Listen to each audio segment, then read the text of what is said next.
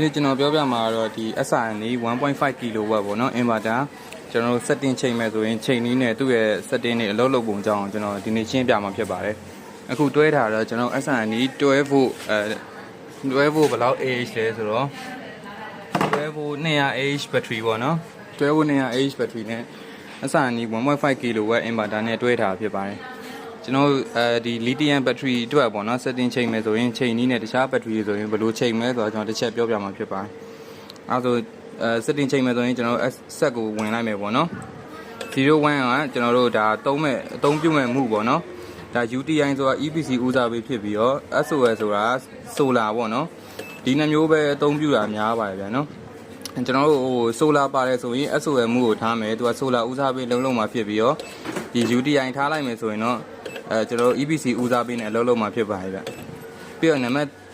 2ကတော့ကျွန်တော်တို့ frequency ပေါ့နော် 50Hz နဲ့အသုံးပြုမယ်ဆိုတဲ့သဘောပါနံပါတ်3ကတော့ကျွန်တော်တို့ဒါEPC မီယာကောင်းနေဆိုရင်ဒီ UPS မှုကိုထားပြီးတော့တကယ်လို့မီယာ180အောက်180 180ပေါ့နော်မီယာနဲ့ဆိုရင်တော့ APM မှုကိုထားပြီးတော့အသုံးပြုရမှာဖြစ်ပါတယ်ပြီးရင်တော့ကျွန်တော်တို့06ကတော့ကျွန်တော် solar ရဲ့ utility ရဲ့နှစ်ခုကိုပူးပေါင်းပြီးတော့အသုံးပြုမယ်ဆိုတော့ပြောပြဖြစ်ပါတယ်ဖြစ်တဲ့07ကတော့ကျွန်တော် maximum charging current ပေါ့နော်တကယ်လို့ lithium lipo 4 battery ဆိုရင်တော့ကျွန်တော်60 ampere အထိအများဆုံးပေးလို့ရပါတယ်တခြား battery ဆိုရင်တော့ကျွန်တော်တို့40 50ပေါ့နော်အဲ့လောက်အများဆုံးပေးရကောင်းပါတယ်ဖြစ်တဲ့08ကတော့ဒါ battery type ပေါ့နော်ကျွန်တော်တို့lithium battery type ဖြစ်တာကြောင့်မလို့ကျွန်တော်တို့04ထားလိုက်မယ်ပေါ့နော်ဒါ lithium cell 40ပါတဲ့ battery ဖြစ်တဲ့ကြောင့်မလို့04ထားလိုက်မယ်ဒီ08မှာတတ်မှတ်လိုက်တာနဲ့ကျွန်တော်တို့တခြား bus chart တွေ flow chart တွေ cut out setting တွေကပြောင်းနေသူပြောင်းလဲသွားမှာဖြစ်ပါတယ်ကျွန်တော်က lithium battery နဲ့သုံးတာဖြစ်တဲ့အတွက်04ထားတယ်တခြား battery တွေသုံးမယ်ဆိုရင်ကျွန်တော် share battery တွေပါမယ် FFD အဲ့လိုမျိုးတခြား battery type တွေအများကြီးပါတယ်ပေါ့နော်ဒါကတော့ user မှုပေါ့နော်ဒါ user အနေနဲ့ command to cut out setting change နေဆိုရင် user မှုနဲ့ချိန်မှာဖြစ်ပါတယ်ကျွန်တော်04ထားလိုက်မယ် lithium battery ဖြစ်တဲ့အကြောင်းမလို့09ကတော့ maximum charging voltage ပေါ့နော်ဒီကောင်တွေက lithium battery ဖြစ်တယ်ဆိုရင် 14.5 volt လောက်ထိထားလို့ရတယ်ပေါ့နော်14.5 volt ထားမယ် flow chart ကိုလည်း 14.5 ထားလိုက်မယ်ပေါ့နော်ဒါကတော့17ကတော့ flow chart ပေါ့နော်battery ဒီ voltage သတ်မှတ်ထားတဲ့ voltage ကြောင့်သူက ampere နည်းနည်းလေးနဲ့အားသွင်းပေးမယ်ဆိုတဲ့သဘောပါဗျ17 PR နဲ့ကျွန်တော်တို့စနစ်သွားမယ်စနစ်ကတော့ကျွန်တော်တို့ဒါ cut out ပေါ့နော်12 volt 11.6 ဆိုရင်ကျွန်တော်တို့ battery ကို cut out လုပ်မယ်14ကတော့ကျွန်တော်တို့အလန်းပေါ့နော်အလန်းကတော့ကျွန်တော်12 volt ထားလိုက်မယ်ပေါ့နော်12 volt ဆိုရင် battery ကိုအလန်းပြမှာဖြစ်ပြီးတော့ကျွန်တော်တို့ 17.6 ဆိုရင် battery ကိုဖြတ်ချသွားမှာဖြစ်ပါတယ်14 BB ဆိုရင်ကျွန်တော်တို့